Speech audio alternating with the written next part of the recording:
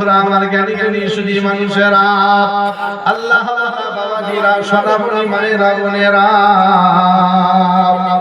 আল্লাহ তো গফুরুর রহিম, তিনি শুনিয়েছেন ফাইদা জানা আজালুহু লা ইস্তাখিরুনা সাআতাও ওয়া লা ইস্তাকদিমুন। নির্ধারিত সময় মতো তোমাকে দুনিয়া থেকে তুলে নেওয়া হবে, কিন্তু এই নির্দিষ্ট সময়টা আমি আল্লাহ পৃথিবীর কাউকে জানালাম না, পৃথিবীর কারোর কাছে খবর দিলাম না। একজন মানুষ তার মৃত্যুর খবর জানল না, ওই মানুষটা নিশ্চিন্তে ঘুমাতে পারে কি করে? আপনারা বলুন, আমি বলতে পারলাম না। আপনাকে যেতে হবে কোথায়? কলকাতায়। আপনি নির্দিষ্ট টাইমে কখন গাড়ি আসবে আপনি জানেন না। জানেন? সারা রাত হয়তো ওই চিংড়ি খালি দিয়ে বসে থাকবেন, চোখে আর ঘুম আসবে না। আর এই মুসলমান সারা জীবন আল্লাহর একবার নাম নিতে চাইল না, এমন ঘুমিয়ে ঘুমিয়ে স্বপ্ন দেখছে, কি মাথা উঠে আছে যেন বাদশাহী করছে না। এজন্য বাবাজি আমার ভাইরা, সতর্ক হতে হবে, বিনয়ী হতে হবে, নইলে আল্লাহ সেদিনে কিন্তু ছাড়বেন না। বিশ্বনবী মুহাম্মদুর রাসূলুল্লাহ সাল্লাল্লাহু আলাইহি ওয়াসাল্লাম নিজের উম্মতকে বাঁচানোর জন্য বললেন, আমার উম্মতেরা শুনে রেখে দাও, জেনে রেখে দাও, যদি ওই দিনেতে আমি নবীর শাফাআত পেতে চাও, ওই দিনে যদি আমি নবীর শাফাআত তোমরা পেতে চাও, ওই দিনে আমাকে খোঁজ করো।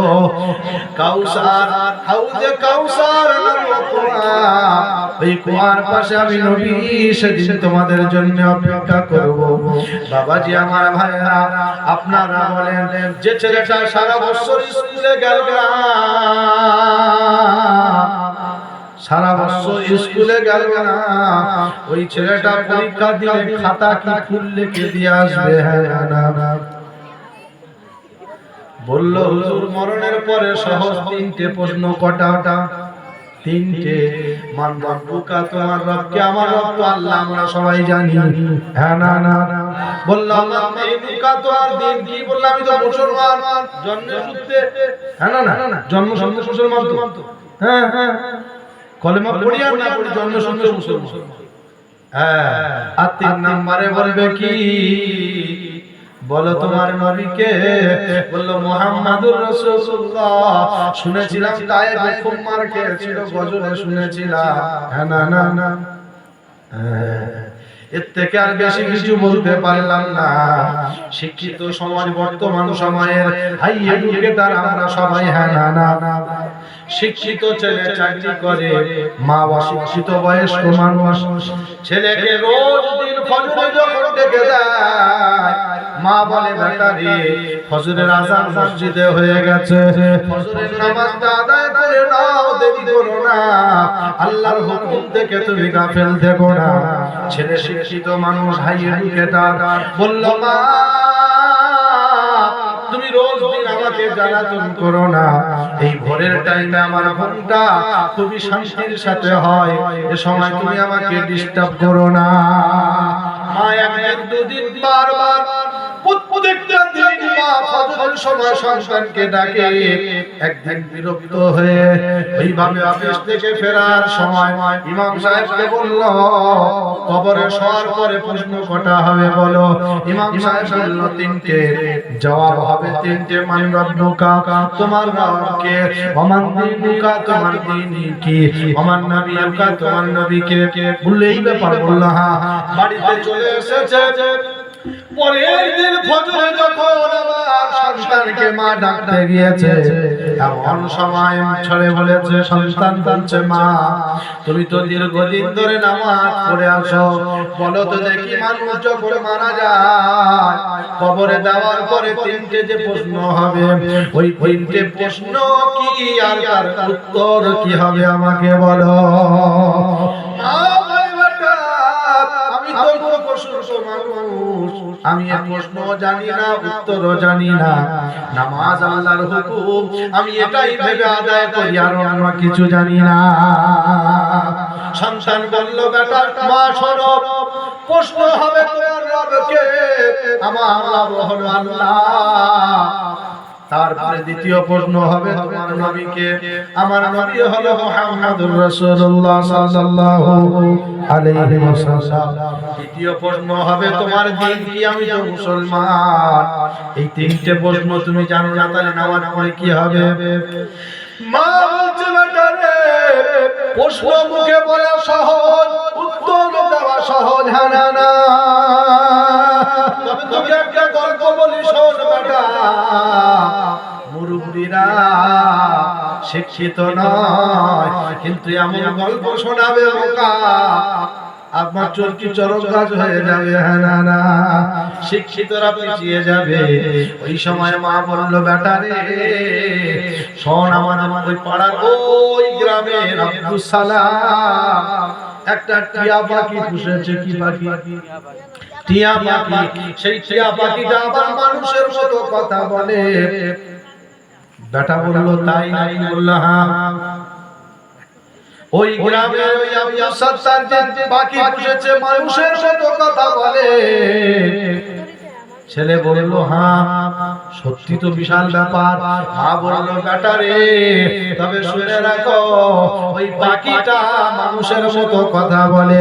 তুমি ওই ওই বাড়িতে একবার যাবে, গিয়ে গিয়ে সাক্ষাৎ করে আসবে, আর দেখে আসবে।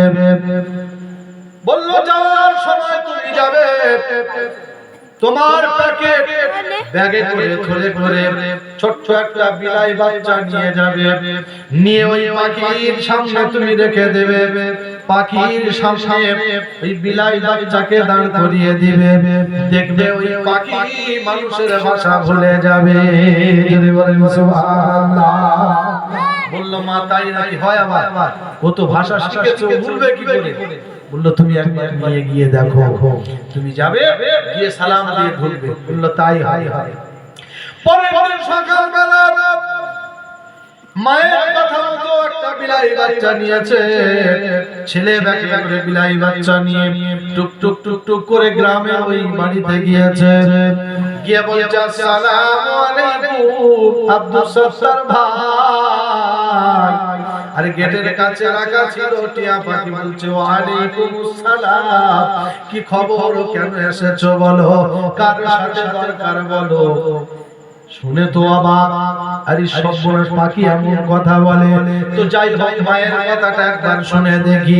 বিলাই বাচ্চা যখন রেখে দিয়েছে রে বোকা, এমন সময় দেখা গেল পাখি তার শেখানো ভাষা ভুলে গিয়েছে। জোরে বলেন সুবহানাল্লাহ। ঘুরে এসে বলছে, মা তার শেখানো ভাষা ভুলে গিয়েছে, তো তার আসলটাকে ফিরে এসেছে। বলল, রে সন্তান, তুমি যত প্রশ্ন মুখস্থ করাও না, তোর মুখস্থ করো না কেন, কিয়ামতের দিনে আল্লাহর যে অন্ধ ফেরেশতা তোমার সামনে হাজির করবে। ডানে দেখবে না, বাঁয়ে দেখবে না, সামনে দেখবে না, পিছে দেখবে না। যখন মুকুর তুলে তোমার উপরে নিয়ে যাবে, সেদিনে তোমার প্রশ্ন আর উত্তর থাকবে না। সেদিন জবান দিয়ে তোমার প্রশ্ন হবে না, উত্তরও দেবে না। এজন্য বাবাজি আমার ভাইরা দেখবেন, এজন্য বাচ্চা যখন পরীক্ষার দিনে স্কুলে যায়, যদি নাও পড়ে, বইটা পড়ে, ও বই প্রশ্ন পাওয়ার পরে কিছুক্ষণ দেখে, তারপরে কোন রকমের নামটা লেখে, লেখার পরে জমা দিয়ে 15 মিনিটের মধ্যে ঘরে আসে। হ্যাঁ না না, তো আল্লাহ পাকের সাবধান হও, ওদিনটা আমার ভয়াবহ দিন হবে। কারণ আল্লাহ এর সিরিয়াল আগে থেকে জানিয়েছে। তোমার বাপ গেছে, বাপ দাদা গেছে, দাদি গেছে। ইয়া আইয়ুহাল্লাযীনা আমানু সাবিরু ওয়াসাবিরু ওয়ারাবিতু ওয়াত্তাকুল্লাহ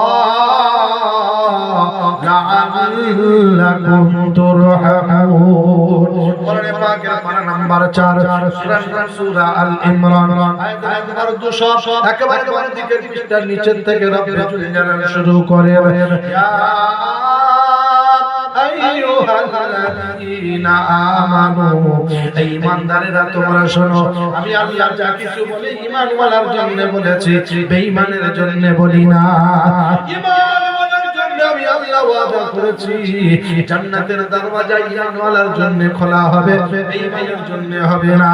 যা কিছু দুনিয়াতে দেওয়ার ওয়াদা করেছি ঈমানওয়ালা হলে পাবে, মুমিন হলে পাবে, মুত্তাকি হলে পাবে, পরেজগার হলে পাবে, মুনাফিক হলে পাবে না। আল্লাহ পাক বলেন আমানুসবিরু,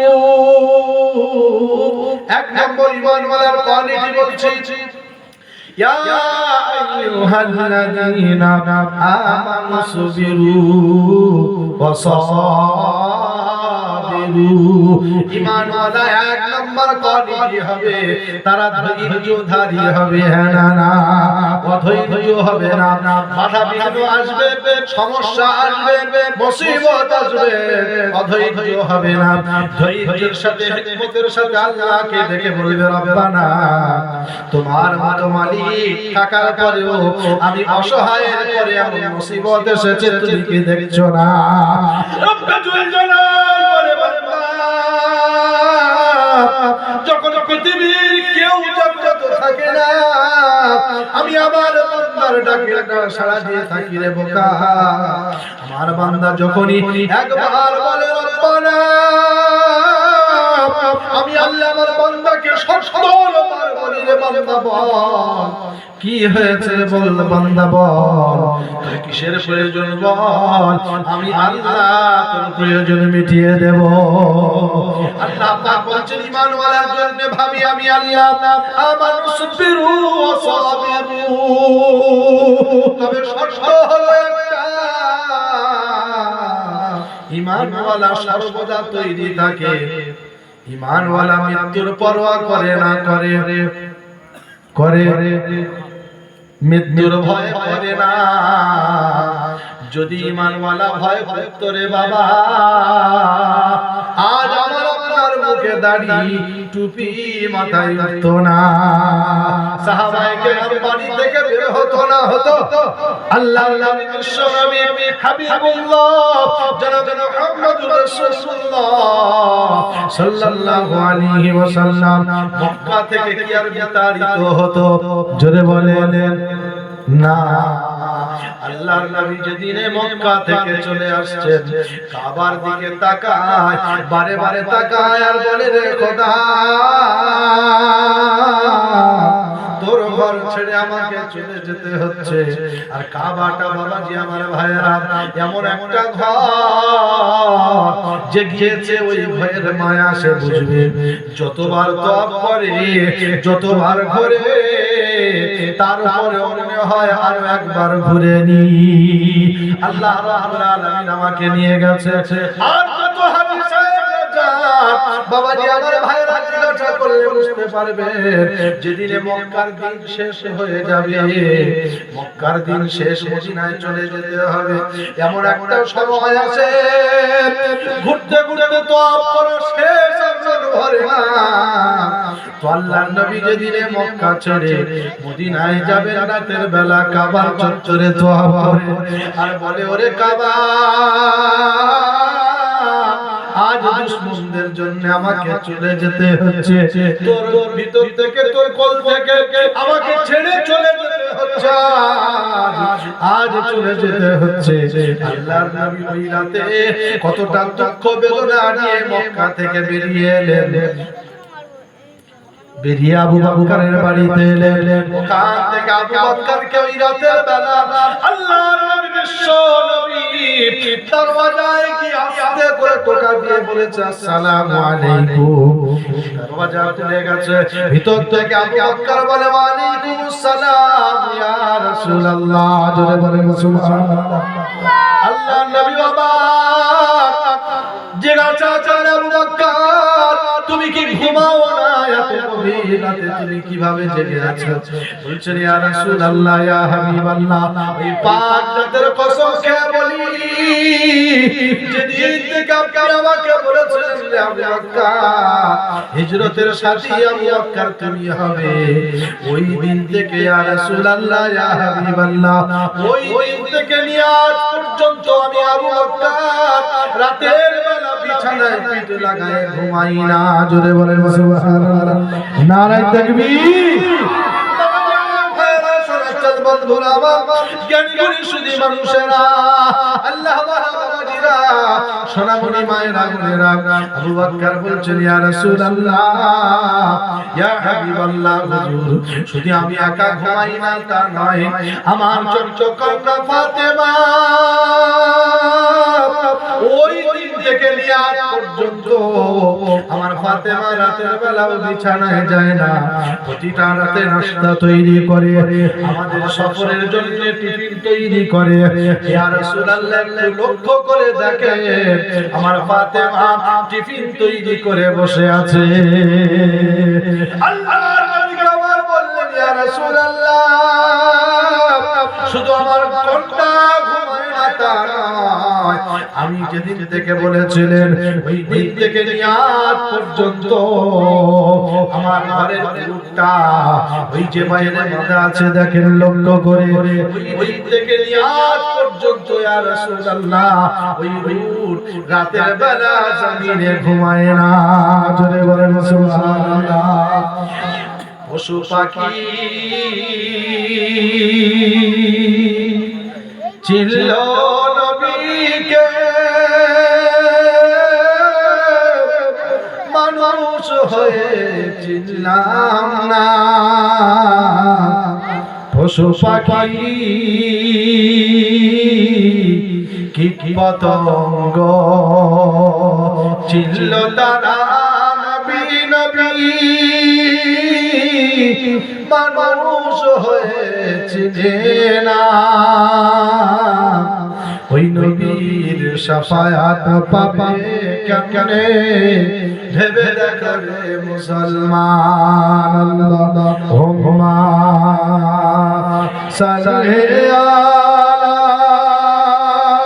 মহব্বত দরুদ পড়ি জোরে জোরে জোরে, ওয়া আলা আলি সাইয়্যিদিনা মাওলানা মুহাম্মদ।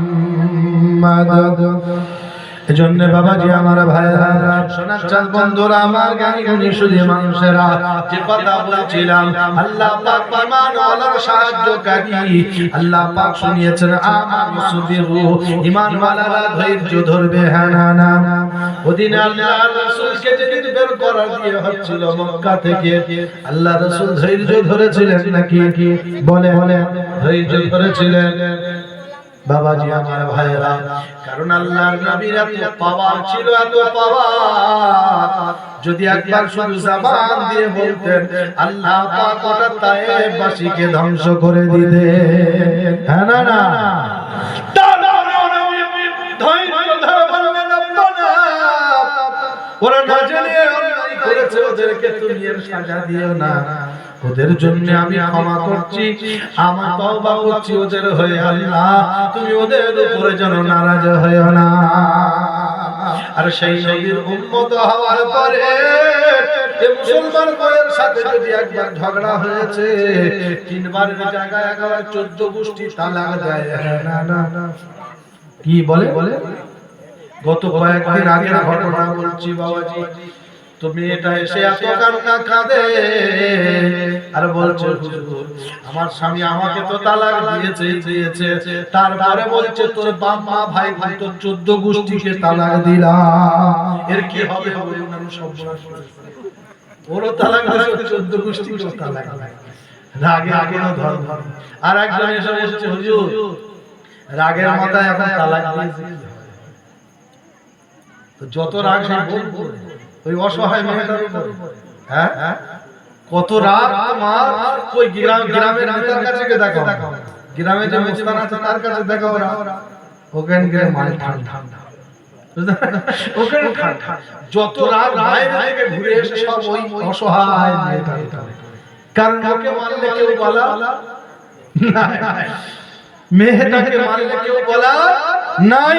এজন্য আল্লাহ তাআলা বলছেন মানুসবিরু, সবর করবে আর ধৈর্যের প্রতিযোগিতা করবে। আর ওয়ারাবিতু, রেডি হয়ে থাকবে, কোন সময় ডাক এসে যাবে কেউ বলতে পারবে না। মনে করো না যে আমার এখন সবে তো 25। হ্যাঁ না না না, বর্তমানে মরার কায়দা ডিজাইন পাল্টে গেছে।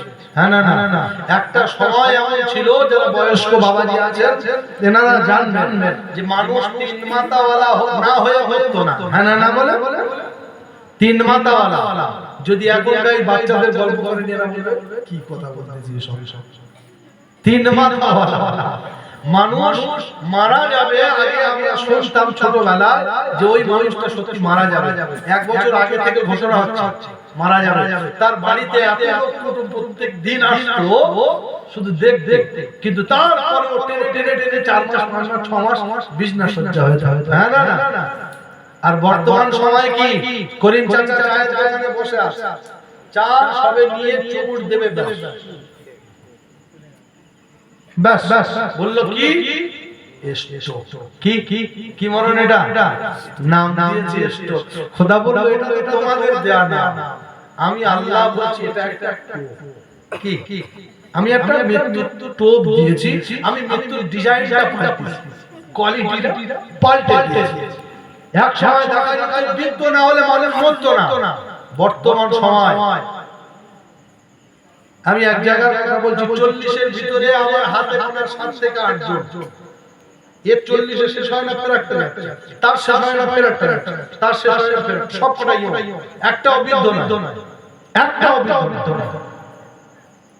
তো আল্লাহ রাব্বুল আলামিন বলছেন ওয়ারাবিতু, রেডি হয়ে থাকতে হবে। জেগে ঘুমের ভান ধরে থাকলে হবে না।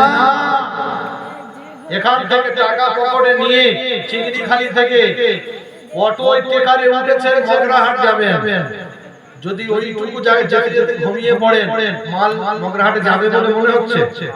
হ্যাঁ তো আমরা তো আজ জেগে ঘুমাচ্ছি, কে জানে না নামাজ না পড়লে গুনাহ হবে। বলেন বলেন তো। হ্যাঁ একজন মাতালকে যদি বলে সে বলবে। এজন্য বাবাজি সাবধান হতে হবে। এই সমস্ত প্রোগ্রাম এই মাহফিল গুলো কেন হয় আমরা জানি সব, কিন্তু এগুলো বসে মাঝে চকচকে স্মরণ করিয়ে দেওয়া, আগামী দিনে যেন আমরা আবার সেই সঠিক রাস্তাটা ধরতে পারি। ধরবো সবাই ইনশাআল্লাহ। আল্লাহ পাক বলছেন ওয়ারাবিতু, রেডি হয়ে থাকতে হবে। কখন এসে যাবে আমার ডাক, বাপ থাকবে, বেটা থাকবে, মা থাকবে, স্বামী থাকবে, সবার মাঝখান থেকে বান্দা তোমাকে চলে যেতে হবে। না না সবাই দাঁড়িয়ে আছে, ওর মাঝখান থেকে তোমাকে চলে যেতে হবে। বললো কি ব্যাপার, তুমি তো গার্ড নিয়ে চলো, 10 জন গার্ড ফোর্স নিয়ে তুমি চলছো, এর মাঝখান থেকে কি করে চলে গেল বলো? বলছে শোনো, আমরা তো বডির গার্ড, রুহুর গার্ড কিন্তু আমরা না। আল্লাহ পাক বলছেন শোনো বান্দা, পৃথিবীর জমিনে আমার বান্দা শোনো, এই মৃত্যু থেকে রেহাই কেউ পায় না, এখন পাচ্ছে না, আগামী দিনেও পাওয়ার আশা করো না। ইনামা তাকুনু ইদরিকুমুল মাউতু ওয়ালা কুনতুম ফি বুরুজিম মুশাইয়াদা। আল্লাহ পাক বলছেন মৃত্যুর ভয়ে বান্দা যদি লোহার শিকের মধ্যে ঢোকো, লোহার শিকের মধ্যেও যদি লুকিয়ে যাও রে বান্দা, আজরাইল হাজির হয়ে যাবে, ওই জায়গায় আজরাইল প্রবেশ করে যাবে, পৃথিবীর কারো আশা ওখানে থাকবে না। এজন্য বাবা আমার ভাইরা, রব্বে জালাল বলছেন কায়নাতের মধ্যে সবার মাঝখান থেকে আমি আল্লাহকে জোরে বান্দা ভুলে যেও না, আমি আল্লাহর স্মরণে তোমার রাখতে হবে। যদি স্মরণে না থাকি রে বোকা, সব থাকবে স্মরণে, আমি আল্লাহ যখন থাকবো না পকেটে বান্ডিল বান্ডিল টাকা থাকবে, পুকুরে বড় বড় মাছ হবে, মাল তোর কপালে জুটবে না। ইমাম সাহেব খাবে, পাড়া প্রতিবেশী এসে খাবে, তুই যখন মারা যাবি 40-এর দিনে সব বড় বড় মাল খাবে, তোর কপালে জুটবে না। এজন্য বাবাজি আমার ভাইয়েরা সাবধান হতে হবে, নইলে কিন্তু হবে না। এজন্য আল্লাহ পাক সুন্দর করে শুনিয়েছেন, আমার বান্দাদেরকে বলে দাও ওই দিনের কথা ছেড়ে দিয়ে আজকে থেকে আমরা স্মরণ করে চলব। আল্লাহ পাক বলেন ওই দিনের কথা বাদ দাও, রাবিতু রেডি হয়ে আজকে থেকে আমরা সবাই তৈরি হব ইনশাআল্লাহ। একবার আল্লাহকে হাত তুলে দেখিয়ে দিই, তৈরি হব ইনশাআল্লাহ। নারে তাকবীর, নারে তাকবীর। আল্লাহ কবুল করো, আল্লাহ সরাসরি আরজিগুলো কবুল করে নাও।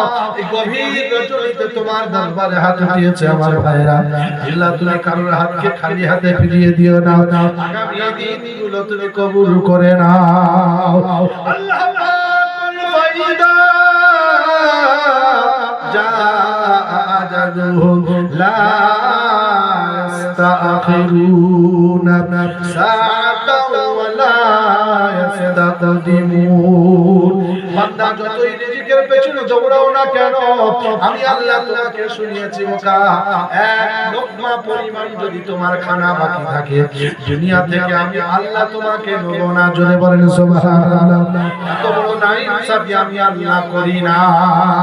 এজন্য বিশ্ব নবী হাবিবুল্লাহ জনাবে মুহাম্মদুর রাসূলুল্লাহ সাল্লাল্লাহু আলাইহি ওয়াসাল্লাম সারাটা জীবন উম্মতের ভাবনা ভেবে গেলেন আর বললেন, রব্বানা আমার একটাও উম্মত যেন জাহান্নামে যাবে না, আমার একটাও উম্মত যেন জাহান্নামে জ্বলে না। খোদা আল্লাহর হাবিব তোর উম্মতকে আমি শুনিয়ে দিলাম, কুলনা বিতুমিনহা জামিয়া ফাইমা ইয়াতিয়ান্নাকুম মিন্নি হুদা ফামান তাবিয়া হুদায়া ফালা খাউফুন আলাইহিম ওয়ালা হুম ইয়াহজানুন।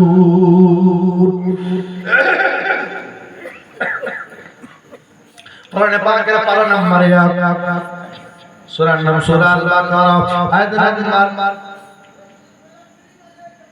37।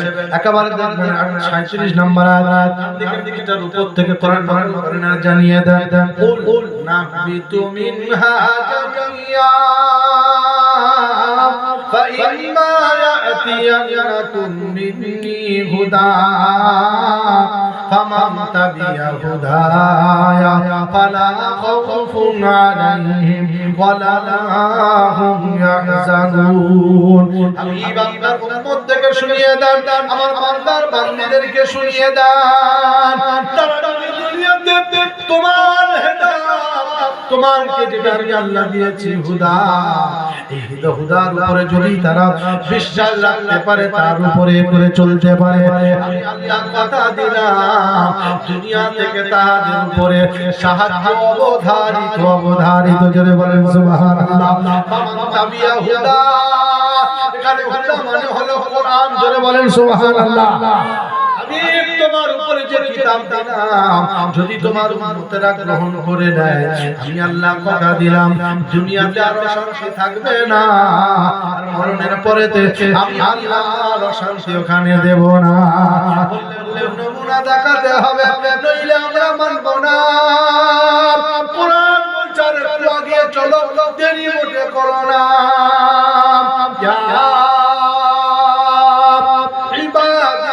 خوف عليكم اليوم ولا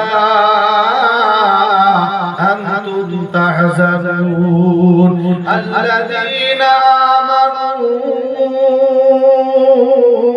بآياتنا وكانوا مسلمين ادخلوا الجنة أنتم وأزواجكم